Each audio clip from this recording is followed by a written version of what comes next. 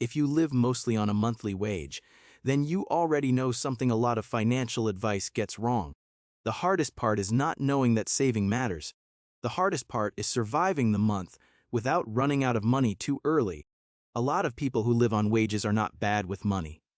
They are not careless. They are not lazy. They are not financially uneducated. They are simply carrying too much pressure on too little room. Salary comes in, and before there is even time to breathe, the money already has a job. Rent is waiting. Food is waiting. Transportation is waiting. Family expenses are waiting. School fees are waiting. A sick child, a broken motorbike, a trip back home, a utility bill that came in higher than expected. So when people say, just save more, it can sound disconnected from real life. For someone with a low income, the first financial goal is not getting rich fast. It is not investing big. It is not building some perfect budget system with 10 categories and color-coded spreadsheets. The first goal is much simpler and much more important. Do not break down in the middle of the month. Do not reach that point where you start counting coins, borrowing from friends, delaying bills, or taking on expensive debt just to get through the next few days. That is why this video is not really about saving in the glamorous sense. It is about keeping money from disappearing too fast. It is about reducing panic. It is about building a small cushion between you and the next emergency. You do not need to become great at saving overnight. You just need a few practical habits that help you hold on to more of your income than last month. One of the biggest mistakes people make right after payday is treating the whole paycheck as available money. On the day salary arrives, it can feel like relief. After days or weeks of stress, finally the account is not empty. Finally, there is room to breathe. And that feeling can be dangerous because it creates the illusion that there is more freedom than there really is. A good part of the money already belongs somewhere else. It belongs to rent, groceries, transport, debt payments, family support, and basic survival. If you look at the full amount as spending money, you are already at risk. So the first habit is simple. The day you get paid, split the money immediately. Do not wait 3 days. Do not wait until the weekend. Do not tell yourself you will sort it out later. Later is when the money starts leaking. As soon as the salary arrives, decide what portion is for fixed expenses, what portion is for daily living, and what portion must stay untouched unless there is a real emergency. Even if that untouched amount is very small, it matters. This is important because money behaves differently once it is mentally assigned. If all your money sits in one place, it feels like one big pool, and when it feels like one big pool, it becomes too easy to grab from it for random things. A snack here, a delivery order there, a small shopping trip after a tiring day, a little treat because payday just came. None of these decisions looks serious on its own. But together they create the same result. Half the month is gone, and so is half your financial stability. The second habit is separating fixed money from flexible money. Fixed money is the money that already has a clear purpose. Rent is fixed. Utilities are fixed. School expenses are fixed. Debt payments are fixed. If you do not separate that money mentally or physically, then daily life will slowly eat into it. And when the due date arrives, it feels like you have been attacked by a surprise. But it was never a surprise. The money just got mixed together and spent in small pieces. This is why many people feel like they earn and spend, without understanding where it went.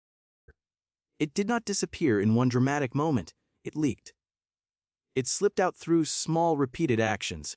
That is how most financial stress grows for working people.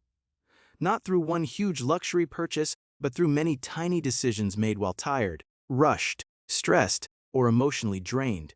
And that brings us to the third habit. Be careful with emotional spending right after payday.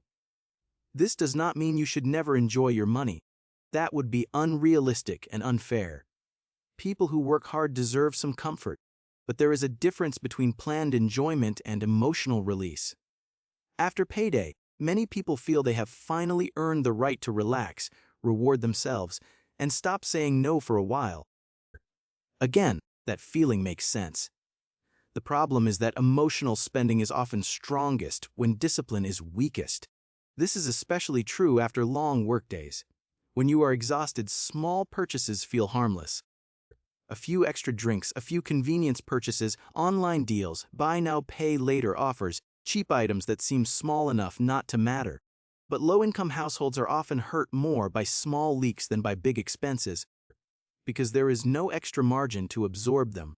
A person with a high income can make a few careless choices and still recover. A person living paycheck to paycheck often cannot. That is why one of the most powerful habits is not cut everything. It is simply this: pause after payday. For the first few days, protect your money more carefully than usual. Those first days shape the whole month. If the first week goes badly, the rest of the month becomes damage control. If the first week goes well, you give yourself a real chance. The fourth habit is keeping one amount that is not to be touched. This is not your dream savings. This is not a long-term investment fund. This is not money for luxury goals. This is your anti-shock money, your emergency buffer, your small protection against life happening again, because life always happens again. For many low-income workers, this first buffer may only be the equivalent of a few days of food, a utility payment, a motorbike repair, or a trip to the clinic. That may sound small to some people, but it is not small at all. The person who has a tiny emergency fund and the person who has nothing are living in very different realities. One unexpected event can push someone with no buffer into debt immediately. The person with even a modest cushion has options. They have time. They have less panic. They are less likely to borrow under pressure. And that is a big point people often miss. Saving a small amount is not pointless. It may not change your social class overnight. It may not look impressive on paper. But it can absolutely change how much fear you feel when something goes wrong. For people living on wages, that matters more than financial image. Sometimes progress is not becoming rich. Sometimes progress is simply becoming less vulnerable. The fifth habit is tracking the biggest leaks, not every tiny detail. A lot of budgeting advice fails because it asks too much from people who already have too much on their minds.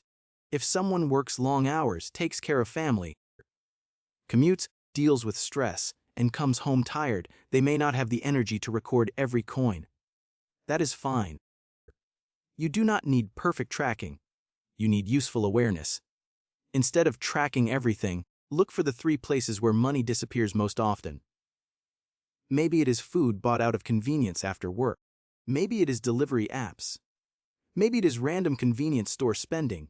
Maybe it is small online shopping. Maybe it is tiny debt payments from earlier purchases that seemed manageable at the time. Find the biggest 3 leaks.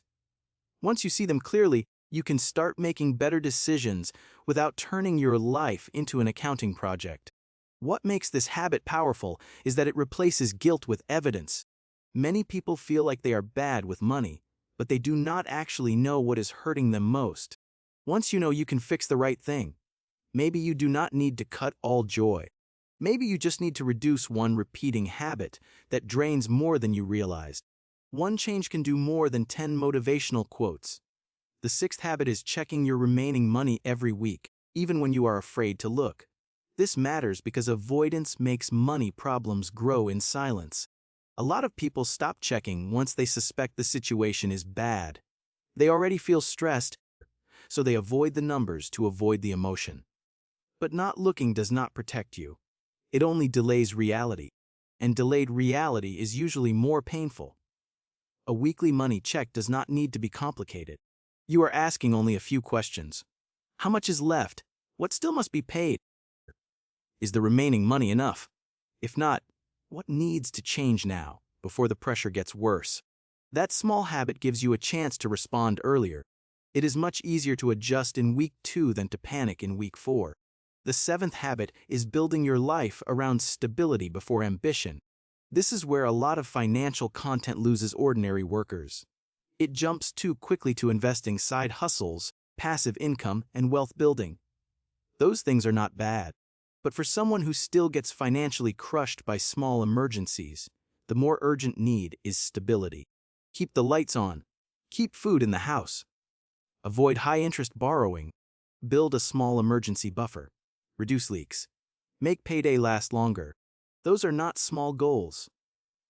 Those are the foundation. And there is something deeply important to say here. People with low incomes are often made to feel ashamed for struggling. They hear advice that sounds simple on paper but ignores what daily life actually feels like. Just save 30%. Just cut all unnecessary spending. Just invest early. But many workers are not choosing between luxury and discipline. They are choosing between one necessary expense and another. They are trying to make one paycheck carry too many responsibilities. That is not a character flaw. That is pressure. So if you are someone who lives by the month, by the shift, by the wage cycle, stop measuring yourself by unrealistic standards. You do not need a beautiful financial life right now. You need a workable one. You need habits that fit your reality. Habits that are small enough to repeat and useful enough to matter. That might mean dividing your salary the same day it arrives. It might mean moving a little money aside before anything else can touch it. It might mean saying no to emotional spending during the first few payday days. It might mean identifying your 3 biggest money leaks. It might mean checking your remaining balance every weekend instead of avoiding it. These are not dramatic moves. But dramatic moves are not what keep most working people safe. Steady moves do. And the truth is, for someone on a tight income, keeping money is already an achievement. Ending the month with a small amount left is already a win. Having enough to handle one urgent problem without borrowing is already progress. Feeling slightly less afraid of the next expense is already progress. You do not need to change your entire life in 1 month. You only need to do a little better than last month. That is how financial breathing room begins. Not with a miracle, not with a massive salary jump, not with a perfect system. It begins when your money stops disappearing blindly. It begins when your paycheck is given structure before life starts pulling at it. It begins when you stop thinking of saving as something only rich people can do and start thinking of it as self-protection. Because that is what it is for many people. Protection. And maybe the most important mindset shift is this. The goal is not to become impressive. The goal is to become harder to knock down, harder to panic, harder to push into debt by one bad week, harder to break in the middle of the month. So if your income is low, do not let anyone make you feel that small habits are too small to matter. Small habits are often the only habits that survive real life. And the habits that survive real life are the ones that actually change it. You do not need to save perfectly. You do not need to save a huge amount. You do not need to become a financial expert. You just need a way to keep a little more of what you earn, a little longer, with a little less chaos. Sometimes that is the smartest financial goal there is. Because for people who live on wages, money is not only about wealth, it is about stability, dignity, and peace of mind. It is about not feeling helpless every time something unexpected happens.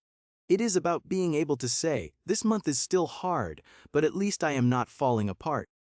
And that is worth a lot.